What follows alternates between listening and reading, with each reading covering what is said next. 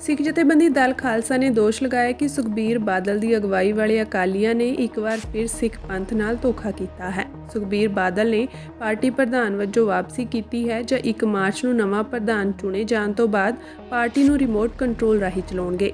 ਦਲ ਖਾਲਸਾ ਦੇ ਆਗੂਆਂ ਕੰਵਰਪਾਲ ਸਿੰਘ, ਪਰਮਜੀਤ ਸਿੰਘ ਮੰਡ ਅਤੇ ਰਣਬੀਰ ਸਿੰਘ ਨੇ ਕਿਹਾ ਕਿ ਬਾਦਲ ਦਲ ਵੱਲੋਂ ਮਾਨਤਾ ਰੱਦ ਕਰਨ ਦੀ ਧਮਕੀ ਪਾਰਟੀ ਦੇ ਪੁਨਰਗਠਨ ਵਿੱਚ ਬਾਦਲ ਪਰਿਵਾਰ ਦੇ ਦਬਦਬੇ ਨੂੰ ਯਕੀਨੀ ਬਣਾਉਣ ਤੇ ਨਵੇਂ ਢਾਂਚੇ ਵਿੱਚ ਬਾਗੀਆਂ ਨੂੰ ਨੁਮਾਇੰਦਗੀ ਦੇਣ ਤੋਂ ਇਨਕਾਰ ਕਰਨ ਦੀ ਇੱਕ ਸੋਚੀ ਸਮਝੀ ਰਣਨੀਤੀ ਹੈ।